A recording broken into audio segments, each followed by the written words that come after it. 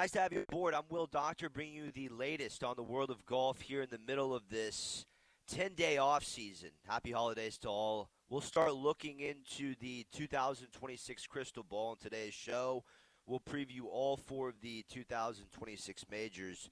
We will get to the Masters. We'll get to the tradition unlike any other at Augusta National, which will take place in the first full week of April per usual. Rory McIlroy will be defending his title as he beat Justin Rose in a playoff last year at the Masters to complete the Grand Slam. We'll get to Scotty Scheffler, who will be looking for his third green jacket. He won in 2022, 2024, and just came off his fourth Player of the Year award. We'll get to Scheffler, and we'll discuss all of the qualifiers who were able to get into the top 50 on the official World Golf Rankings and get their invite into the Masters. Pardon me. We'll get to Sam Stevens. We'll get to Ryan Gerard. We'll get to Johnny Kiefer. These are all players who were really playing the entire fall, to try to get into the top 50 and earn a spot into the Masters, and they did just that. We'll look at some of their odds. Stevens, Gerard, Kiefer, all 100 plus to 1. 101 plus at this point. So we'll get to some of those sleepers. We'll get to Justin Rose, who's at 70 to 1 right now for the Masters. We will get into the PGA Championship, the second major, which will take place at Aronimink in Newton Square, Pennsylvania. I would say the major headline that we'll get to there is Jordan Spieth and the potential of Spieth completing the Grand Slam. He opens there at 70 to 1. Spieth did not have the greatest of 2024s. Still in the midst of kind of figuring out how to get back to that 2017 performance. When you look at the numbers, when you look at the data, Spieth had a bunch of good finishes this year. Tied fourth at the Phoenix Open, solo fourth at the Byron Nelson, tied seventh at Memorial. It was not a wash of a year by any means. Really struck the ball well as far as his approach play compared to the last 2 years. For Jordan Spieth, it's just about trying to find out how to get back to that all-world putting performance that we saw him in from 2015 to 2017 when he was winning majors. He'll be looking to complete the Grand Slam at Aronimink this year, and he'll also go back to Royal Birkdale for the Open Championship. That's where we saw Jordan win his last major there in 2017. So we'll get to that in the last segment, and then in the third segment, we'll obviously preview the U.S. Open at Shinnecock as they will host their sixth U.S. Open. As far as the end of last week and how the 2026 year or 2025 year concluded, Jaden Shaper won back-to-back titles at the Dunhill and the Mauritius. Those two playoffs were actually unbelievable. You look back at the Dunhill, Shaper had to make an eagle on Sean Norris in the playoff there at Royal Johannesburg. And then last week when basically Jaden Shaper had Ryan Gerard looking to win that golf tournament at the Mauritius, Shaper came back, won with another eagle in a playoff. This guy has won two tournaments in a row, both with eagles, both in playoffs. Jaden Shaper's a big name to watch out for. Doesn't have his invitation to Augusta just yet, but that was two phenomenal performances to end the 2025 year, even though the Dunhill and the Mauritius are part of the 2026 DP schedule. The other major headline this week was five-time major champion Brooks Koepka and his announcement that he would be leaving Live Golf. Koepka put out a statement thanking Yasser Al-Rumayyan for the $100 million. Koepka certainly did his job for Live Golf over the last 3 to 4 years. I mean, he won 5 times along with one major at the 2026 PGA, and you'll obviously see some publications and media elites saying that Koepka was not the showman or the salesman that Live Golf needed him to be. I think there might be a little bit of truth to that. He is certainly not the showman that Bryson DeChambeau is, and certainly doesn't sell to different parts of the globe like a John Rahm or Joaquin Neiman does. Koepka certainly did his own thing over the years with the Saudis. He stuck to the Nike scripting. He never saw Koepka in the Smash Golf Club uniforms, and and who would be wearing the Smash Golf Club merch with how poor of a job Liv's marketing and branding team does. Koepka was hit or miss when it came to making himself available to the media. I did see that firsthand at Live Dallas. Um, I'm not sure Liv is even coming back to Texas anymore. Um, they're done in Houston. They were one and done at Golf Club of Houston, and I think their last year was maybe their last year at Merido, unless they're going to keep that a regular season golf event. I'm not sure. They're going to have to get the latest. But back to Koepka, I did see firsthand at Live Dallas. They did a little, pre-tournament party with the media, with the players, and Brooks was the only one who did not make himself available to media. He kind of, he walked in the room with an all-black suit on and with the sunglasses on and really just a different kind of presence. He is someone that the PGA Tour misses. Obviously, someone who has 5 major wins. That is someone the tour wants to have, here at home. But you can't say, regardless of his availability, the media, what he wore, he still had 5 Live Golf wins in 3 years on that tour. So he absolutely did his job. Brooks was never a salesman or a showman. He's a guy who's going to show up and try to win, and maybe a guy who's not necessarily going to care too much about regular season golf events, but is certainly going to be there at the big-time tournaments as we've seen at the U.S. Open and PGA over the years.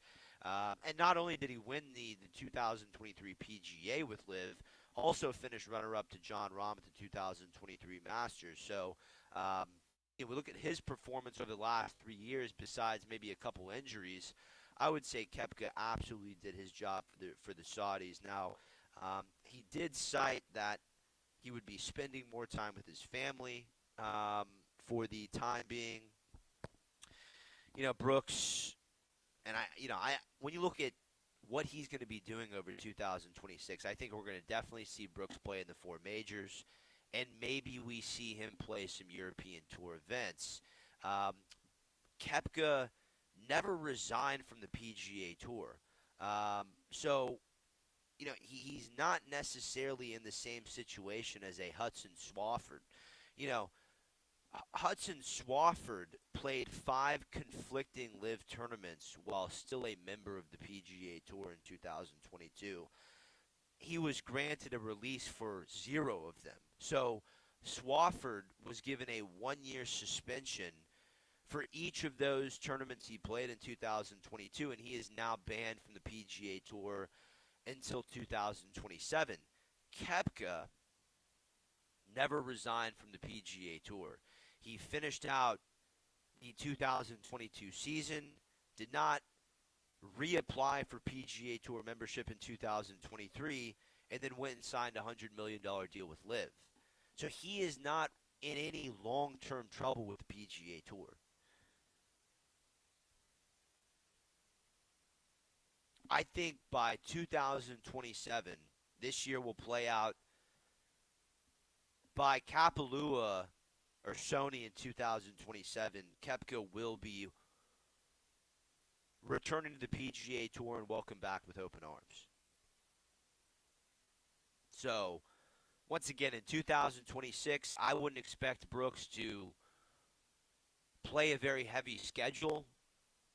He just cashed in $100 million. He can spend time with his kids, play the majors, play the DP World Tour. And let me tell you, Koepka really started to find his game at the back half of 2025.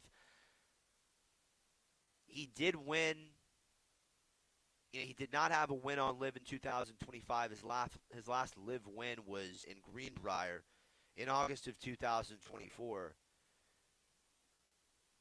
Koepka did have a lot of struggles on Live for the majority of this year. Was not enjoying his time there. He did pop up momentarily at the U.S. Open at Oakmont, where he finished tied 12th. But the first report that Koepka was going to leave Live was by Sports Business Journal at the end of August. After, when you look at his performance after the U.S. Open in mid-June, after that he went tied 32nd in Andalusia, miscut at the Open, tied 47th at Live UK, tied 29th at Live Chicago, 50th at Live Indianapolis, and then the team smash did not do much at the team final in Michigan at the end of August. That is when Sports Business Journal hinted that that Koepka could be done with Live. And then, Koepka did something interesting. Obviously, he made it into the big time of professional golf through the European Tour.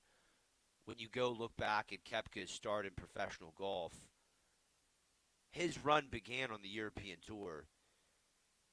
And after Liv's season was over this year, he turns around and plays 4 DP World Tour events.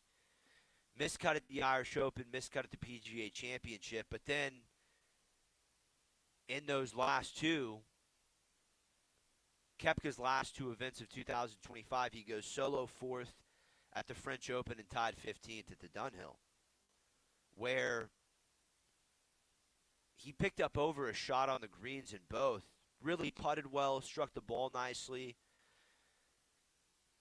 When you look at Koepka's numbers for the 2026 majors, he is 50-1 to win the Masters, 40-1 to win the PGA, 40-1 to win the U.S. Open, and 50-1 to win the Open at Birkdale. With how limited his schedule could be in 2026, I don't really advise jumping on any of these all that early. I think, as he obviously does not play the first half of the 2026 PGA Tour season in California or Florida, I think by the time he gets to Augusta, you're going to see his number bump from 50-1 to 70-1 just because he hasn't played much. But it was interesting to see Koepka start to turn it on to end his 2025 season. We're still 3+ months out from Augusta, so I would not be jumping on any of Koepka's futures at this point in time. But it is interesting to discuss how that hunger is going to return. We obviously know Koepka is someone who, when he's mentally, he can mentally check out, kind of pack in a season anytime he wants to. But as soon as he puts his eye on the prize, sets a goal, he gets back in the winner's circle in the snap of a finger. 713-780-ESPN is the number. Love to hear your thoughts on Koepka. Love to hear your thoughts on any other players you're interested in as far as the 2026 majors throughout the show. You also had another Live Golf retiree this week. Mito Pereira is done with Live. Technically, he got relegated where he, from Live, where he was competing for Team Torquay. This is another player who I think we will see again. Mito Pereira is most known for coughing up on himself down the stretch of the 2022 PGA at Southern Hills. He is a phenomenal player. But when you look at some of his decisions in golf, dating back to when he was a kid, it's not surprising that after probably a largely substantial payday with Live, a couple years of struggling golf after the 22 PGA, Mito's probably going to put the clubs down for a year or two, and then we'll probably see him return to the DP World Tour and try to make a run into the top 10 on the order of merit, a la what Eugenio Chacarra is trying to do right now. And what I mean by the decisions Mito has made over the course of his career, I think when Mito was 14, he came to IMG Academy um, from Chile to try to, obviously become a much better golfer, get ready for the pro ranks at a young age, and he burned himself out um, and ended up quitting golf. Did not pick up a club when he was 15 and 16 years old. And then he returned to golf, competed for Chile's national team, turned pro, made his way up PGA Tour Latin America, now Americas fairly quickly, got PGA Tour status, and then signed a major deal with LIV. So he is someone who is obviously probably pretty bummed out that he got relegated by LIV and is no longer competing alongside his good friend and fellow countryman Joaquin Niemann. But I think we'll see Mito back on the golf course probably by 2028. Might not hear from him for a bit. I do think, unless his heart is in another spot, unless he wants to go into coaching, maybe go coach at the Niemann Academy alongside some of the great Chilean amateurs. Claudio Correa. We'll get to some other guys a little bit later on as well.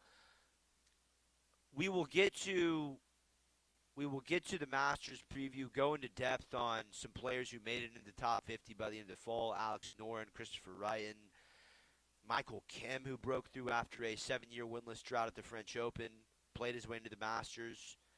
We'll get to all those players here on the other side. This is the Golf Hour with Will Doctor on ESPN Houston. Back after this.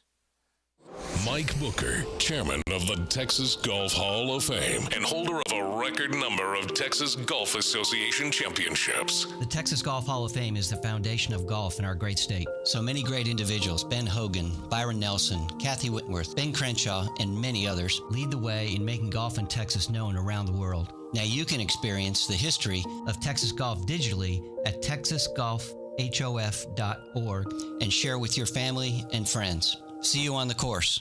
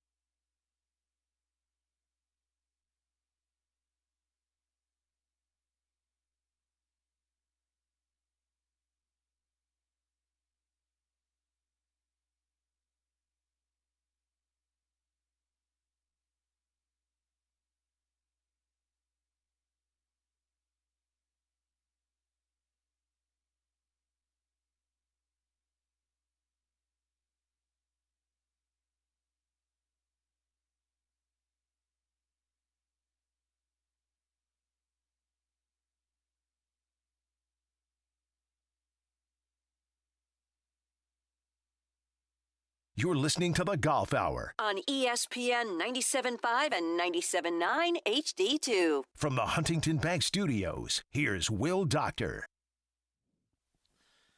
Nice to have you aboard. 713-780-ESPN is the number to get your thoughts in here on the 2026 majors.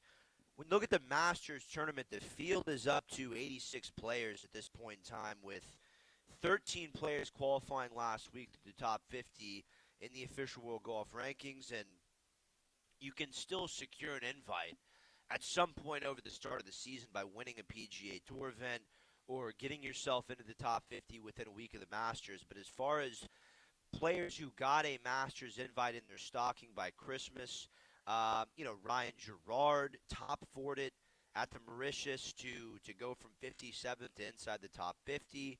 You had Alex Noren make his way into the top 50 with 2 wins this fall, including a runner-up finish at the Hero. You had Christopher Wrighton of Norway get an invite to Augusta. He won in Europe twice this year, including at the Nedbank towards the end of the fall. And also had Michael Kim break into the top 50 after winning the French Open. Broke through after a 7-year winless drought. And he is 300-1 to win the green jacket in April via BetOnline. And if you're looking more stateside, you had guys like Michael Brennan and Johnny Kiefer play their way from developmental tours to the Masters all within a year. You look at Johnny Kiefer, and he dominated the season on the Korn Ferry Tour, so much so that he was able to get his ranking inside the top 50, and he's 500-1 to win in his debut appearance at Augusta. In Brennan's case, he started the year on the Americas Tour, dominated there between Canada and Latin America, got an exemption into the fall at the Utah PGA Tour event at Black Desert and won that, which sent him into the top 50, and he's into the Masters as well. So a lot of interesting sleepers to look at for the Masters tournament. Obviously, you have Scheffler there as the favorite at plus 240. Defending champion Rory McIlroy's there as the second favorite at 8-1. We'll get to all those players. 713-780 ESPN is the number. Tanner in Trinity, you're next on the Golf Hour with Will Doctor. Tanner, what's going on, my friend? How you doing this morning, Will? Hey, Tanner, good to hear your voice, my friend. Happy holidays. I hope it was a good one with the family. What do you got going on this morning? It was. I'm just looking up some Masters predictions. It's never too early to dip into a little breakfast while you're looking at some picks. So I'm going to give you a scenario. There's a guy who has finished top 10 3 of his last 8 years and top 20 6 of his last 8 years. And every single year, top 20, you're getting him at plus money. Top 10, you're getting him at big plus money. That is Georgia Houston boy Patrick Reed. Wow. In times that we live in, everything always changes. I like going with something that doesn't change. Patrick Reed, every time he suits it up at Augusta National, he performs. He makes the cuts every single time. Also, another one going at it, and I hate stealing your thunder. No. Tanner, before you get to your second one, I just want to say I absolutely love the Reed pick. And you hit the nail on the head. I mean, especially in recent times. You look since 2023, he's gone tied 4th, tied 12th to solo 3rd at the Masters and still playing incredibly solid at 35 years old on Live Golf. You look at the season he had, won Live Dallas and Merido towards the end of June. Had a very commendable fall in the DP World Tour, tied 3rd at the BMW PGA at Wentworth and a couple top 20s there in Spain and the Philippines. Listen, excellent pick as far as P. Reed at the Masters. Always a good sleeper there. Let's hear your second one, Tanner. Go ahead. Exactly, and I feel he just keeps it very under the radar. I feel like Vegas has never given him quite the respect he deserves for the top 20s, but stealing off your thunder and what you were saying, I like dark horses. I could sit here and bore everybody. Who do I really think is going to win? It'll probably be Scotty Scheffler like it always is. I could see Johnny Kiefer making a Sam Bennett type run. Will he win it? I don't think so. It's hard to win a golf tournament, obviously. But all I'm saying is if when Sunday rolls around, if you're scrolling through your app and you see Johnny Kiefer's name somewhat close to the top, I wouldn't be that surprised. And Tanner, you obviously follow professional golf extremely close. I mean, the run that Kiefer has had to get into the top 50, it's almost like looking at Scotty's resume, but on the Korn Ferry Tour. I mean, Kiefer wins the Veritex Bank Championship in Arlington at the end of April. Had another. Did he win twice? He won basically 3 times between Americos and Korn Ferry Tour in the matter of a year. to get in there. I mean, 500 to 1 right now to win.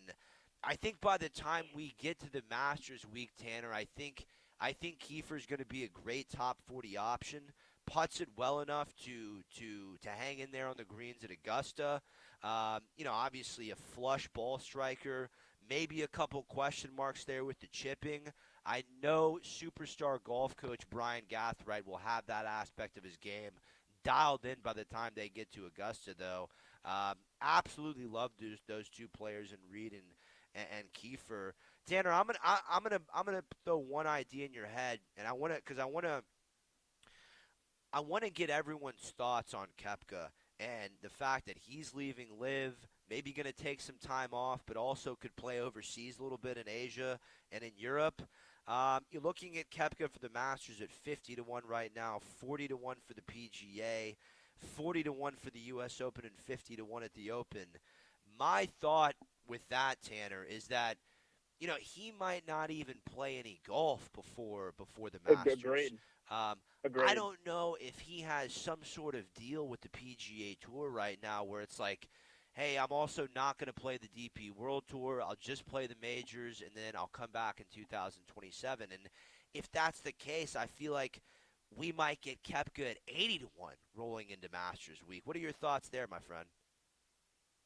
If you give me Brooks Koepka at anything over, say, 60, say 65 to 1, I'm going to sprinkle it. However, looking at recent form, looking at everything that's going on, guys will talk about, oh, he likes to beat to the sound of his own drum, but that's genuinely a dude that beats to his own drum. What he wants to do, he's going to do it. What he says he wants to do, that's the decision he's going to make. I can't fathom even Brooks Koepka with how dominant he is in majors, how great, one of the best ball strikers you'll ever watch up close. I can't fathom a world where somebody can win one of the four majors not being at least somewhat active. If he's not going to play any DP events, if he's not going to play in any events, I can't see a world where he even makes the cut at a major, any one of them, to be honest. However, I think there's some answers that are going to come to some questions within the next few weeks. I do think you've got Mito retiring, you've got Brooks leaving. I believe it's Liv holding true to what they're saying about they're not going to give any more guaranteed money. However, I might be a little concerned that we might be towards the end of one of the best golfers of our generation in Brooks Koepka. Wow. 35 years old. And great call, Tanner. Well done there. I completely agree. I'd have to look at these first couple events to start the 2026 season to see if there's any spots in Europe that Koepka might go to. I mean, Dubai Invitational, Dubai Desert, Bahrain Championship there at the end of January, Qatar Masters, Kenya Open. Maybe you see Brooks at the end of February at the South African Open Championship.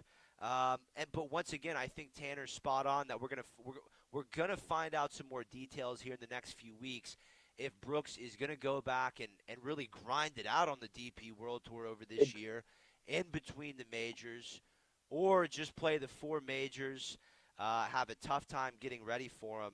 And then we'll see him, on a full-time PGA Tour schedule in 2027. Tanner, I appreciate your call, my friend. Have a great Saturday.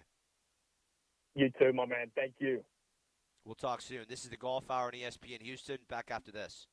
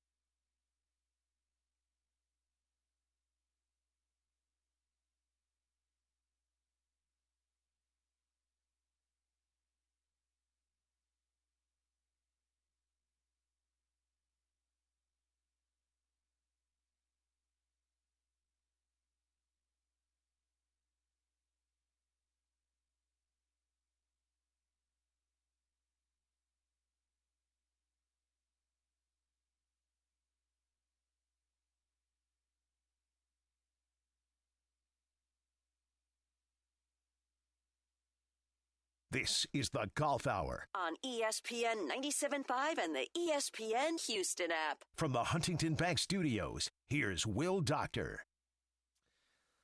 I would say the only sleeper for the Masters that I'm looking at about 4 months out. You can love Scheffler, McIlroy, Oberg. I don't have a problem with any of those picks. I just won't be. I won't be investing in a ticket in those three at this point in time. I mean, Scheffler opens at Augusta at plus 240 on BetOnline, 3-1 on DraftKings. You know, he's a two-time champion, 1 in 22 and 24. Scheffler finished three shots outside of the McIlroy Rose playoff last year before winning 2 of the next 3 majors, and he's never finished worse than 18th in 5 total appearances at Augusta. So would it be a bad ticket to buy right now? No, but I'm not going to jump on 3-1 either. As far as why it is that number, there is a reason. He's coming off 4 straight Player of the Year seasons, and going into 2026, we'll have an opportunity to close out the career Grand Slam at Shinnecock. So it would not surprise anyone if Scheffler came out and won a third green jacket in April. And that's the same with Rory McIlroy. I mean, you've only had 3 players defend their title in Masters history. That's Jack Nicklaus, Nick Faldo, and Tiger Woods. Faldo went back-to-back in playoffs in 89 and 90. Woods won in back-to-back in 01 and 02. And I know Rory didn't win a ton in 2025 after securing the jacket. Did win twice before at Pebble and Sawgrass. But his play was still plenty commendable in the back half of the year. That included a win at home at the Irish Open, as we spoke about last week after he won the British Personality Award. And Rory will absolutely be a threat come Sunday at Augusta with his track record there. But beyond the win, once again, I don't see any reason to jump on 8-1 for McIlroy at Augusta at this point.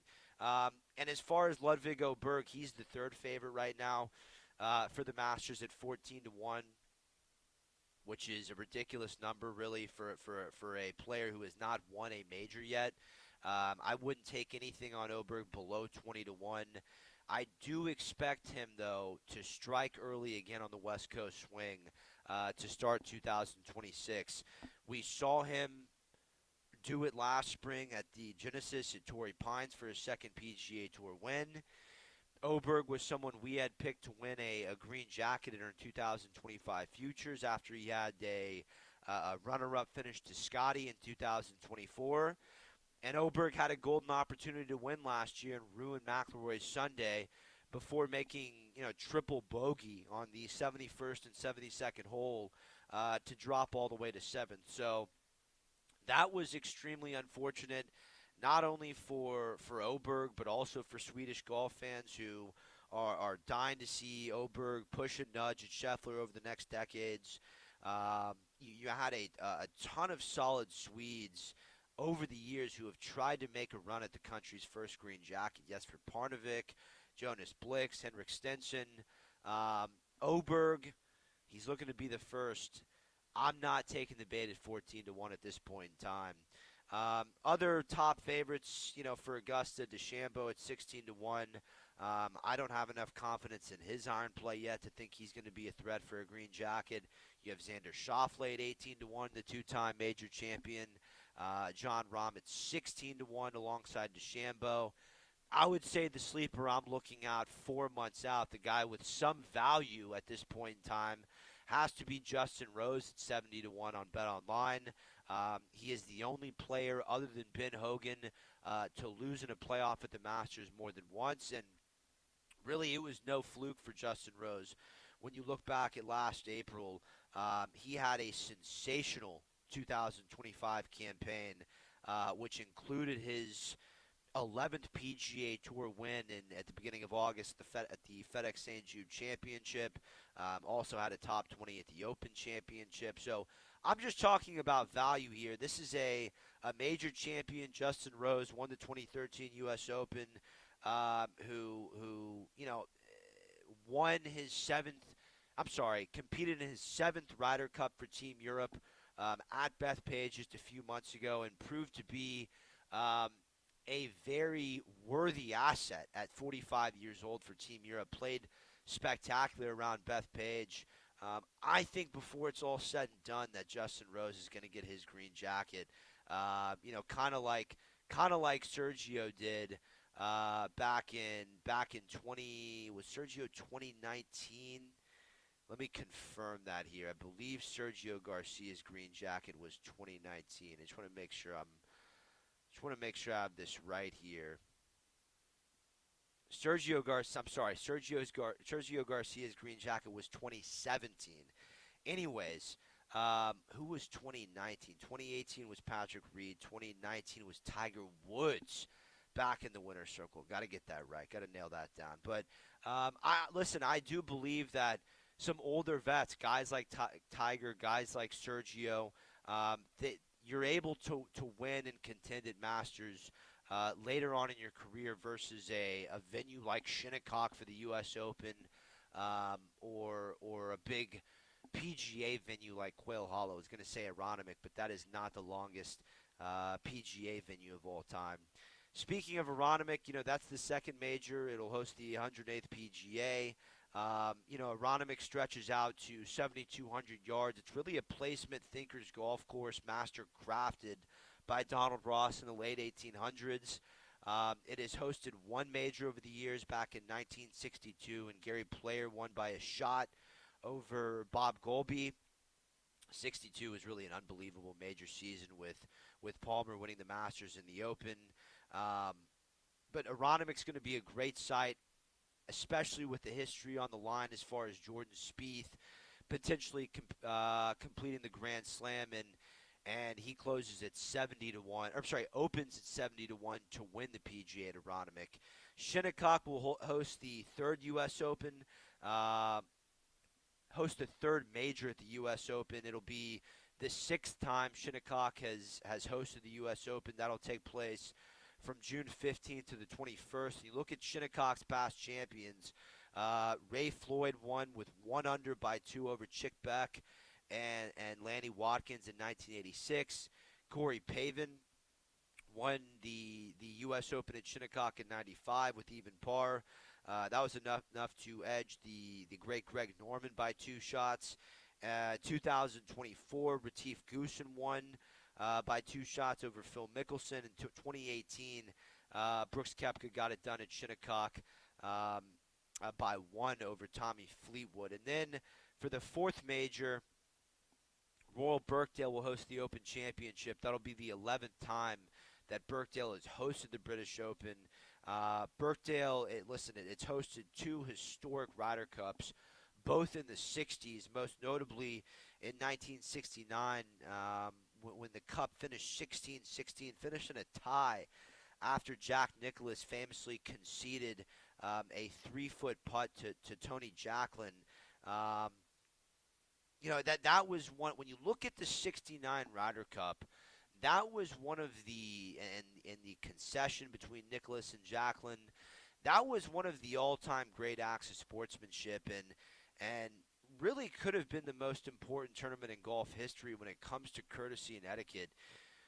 You look what happened at the 69 Ryder Cup before that concession. It was all cutthroat.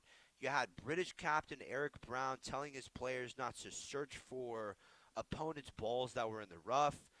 You had British players putting on the greens in competition with USA players going and standing right next to them to try to distract them before putting.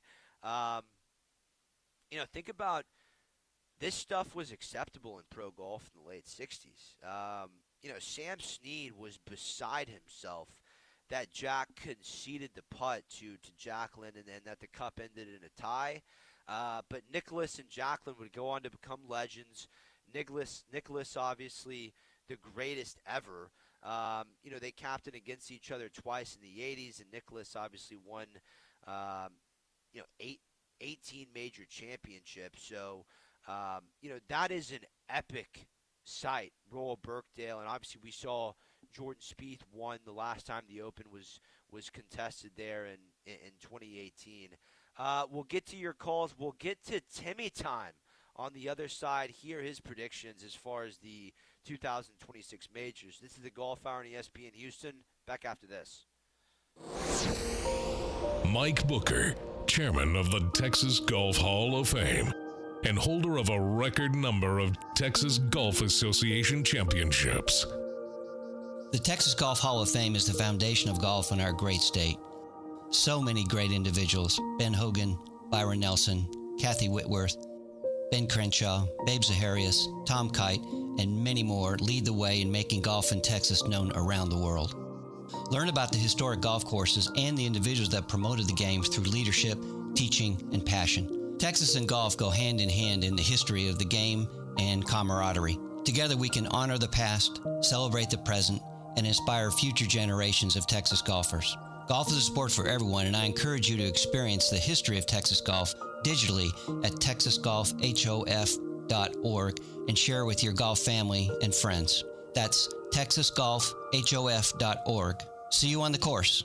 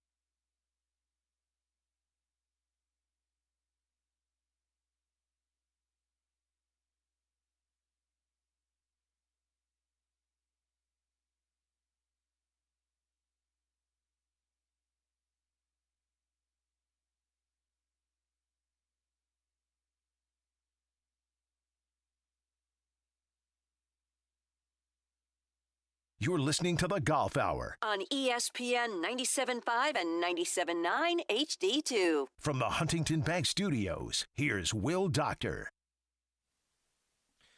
All right, I want to hear your thoughts on the 2026 majors. We've gone through all four of them, giving you a little bit of background. I haven't made any picks yet as far as outright futures. I want to hear your thoughts. I am interested in Cam Young at 50-1 at the U.S. Open at Shinnecock. I'm interested in Jordan Spieth to complete the Slam at Aronimink at 70-1. I'm a little curious where him and McCormick are at, where the swing, where he feels with the putter going into 2026, and obviously the major question of today's show is Brooks Koepka leaving Live and what he's going to do in 2026. Is Koepka only going to play 4 majors? Is he going to be allowed to go play the DP World Tour? How quick is he going to be back on the PGA Tour? Those are the things some of the things that we're discussing on today's show. Let's get to your call. 713-780-ESPN is the number. Timmy time. Timmy, welcome to the show, brother. What do you got for us this morning? Timmy time, fire away. And so as we've been, you've been discussing this morning on the majors, there's a guy that I absolutely love to win his first major this upcoming season. And he's a guy that if I'm not mistaken, he has 5 top, he has 6 top, 4 top 10s in majors, and that's Victor Hovland. And the year he's had this year is, quite frankly, not talked about enough. Here's a guy that was positive with his irons every single week except 2 this year, and one being the British Open, where he was slightly negative. So Hovland, as we know, the year before was one of his worst years as a professional. Struggling around the green, struggling with his iron, struggling with the putter. But he switched back to his old coach, and look at the results we've seen. And he's a guy that in 2023 finished tied second at the PGA.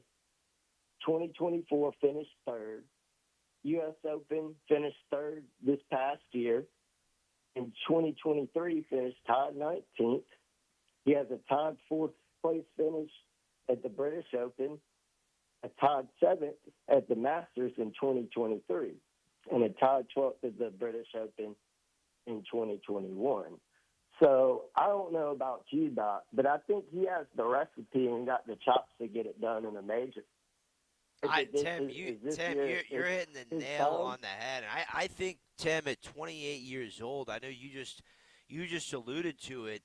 The major championship pedigree and experience that Hovland has at just 28 is really unbelievable. I mean, starting back in 2019, just the amount of times that he has been in contention going into Sunday in a major is off the charts. And I know you and I both. I mean, going into Sunday this past year at Oakmont, when he was trying to chase down hold off Tyrrell Hatton and eventual winner J.J. Spawn and Robert McIntyre, I kind of thought going into that Sunday at Oakmont that Victor Hovland was going to be the one to get it done. Let me give you a couple numbers here as far as Hovland. 35-1 at Augusta, and you're also spot on that. You look at how he played over the fall. When you look at Victor's 2025, obviously the start of the year was choppy in California. He then goes to Florida, wins Valspar, and really since then he has been at least a top 25 machine with, as of late, on the European Tour since August, racking up 3 top 10s in his last 5 starts. So he is certainly hot going into the 2026 season, and he's been positive with the chipping over his last 5 events, and I think we all know that his biggest struggle can be the chipping at times. Now, looking at his numbers for 2026, 35-1 to win the Masters, 25-1 to win the U.S. Open, 30-1 to win the PGA, and 28-1 to win the British. Is there a site you like him most, Tim? Is it Augusta? Where, he finished tied 7th in 2023, Do you like him at Shinnecock, one beast of a golf course, or the PGA at Aronimink, which is a little bit more of a thinker's course, kind of like Innisbrook at Valspar where he last won? Or do you see it happening on the links across the pond there at the famous Birkdale? If you had to pick one for Hovland right now, which one would it be? Or do you go all of them? Or do you go all of them? PGA Championship at Okay. Elm. Yeah. I'm taking him in the 2026 PGA Championship at Armonot and Philly this year. I think, as you said, it fits his game the most perfect out of all the four venues they're playing this season. I think Hovland, it fits him perfectly. The question is how his game will be rolling in. That's going to be the big question. But if he gets off to the season off a quick start, which I am not sure quite yet, if he's playing in the DP Hero Dubai Classic and those two events to start the season. But if he starts over there and gets off to a hot start in Dubai, maybe picks up a win, that bodes very well for the upcoming season for Victor Hovland on the PGA Tour and four majors. He is one of the freak ball strikers of our generation. 7-time PGA Tour winner at just 28 years old. He's already qualified for 3 Ryder Cups and won a U.S. Amateur back in 2018.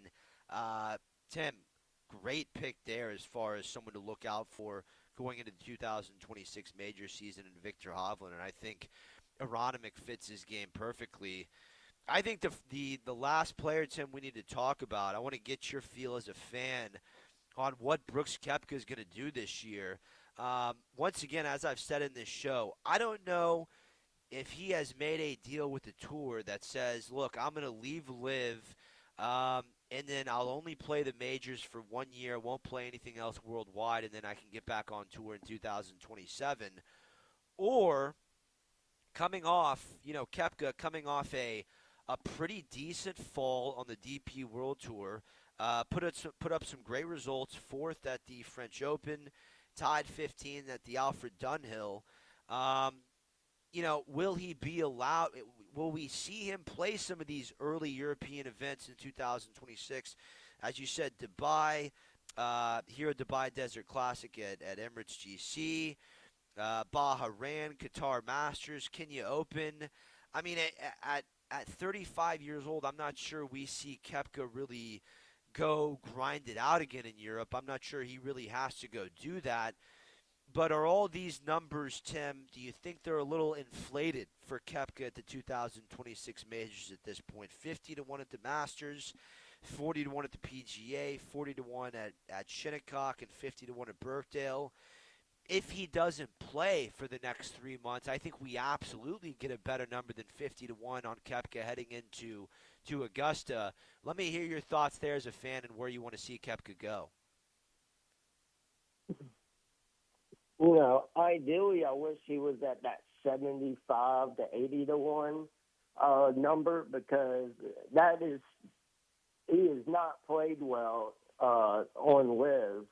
But the thing is, you can't prepare for major tournaments on the LIV circus. There's no cut, and if it was up to me, I think Brooks should. I think the PGA should welcome him back. I think the majority of the guys on tour would not be against him being back on tour. He isn't just anybody. He's a 5-time major champion. Yeah. He is somebody that when he was in his prime, he was kind of as dominant almost as any guy except Scotty Scheffler. And his mentality, he shows up in majors, and he has the resume to say, "Hey, I'm one of the best to play golf. Let me get back on tour," because he cares more about his legacy when he retires from the game of golf. He wants to go down in the history books, record books.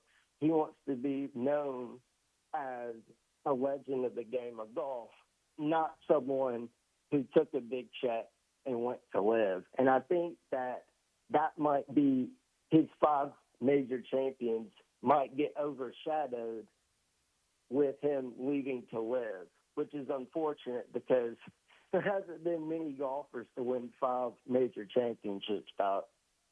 No, there hasn't. And Tim, I think you hit the nail on the head. I think he feels like he has some rewriting to do after, taking the $100 million and kind of, I don't want to say disappearing to live because he has won a major in the stretch that he's been there in the 2023 PGA.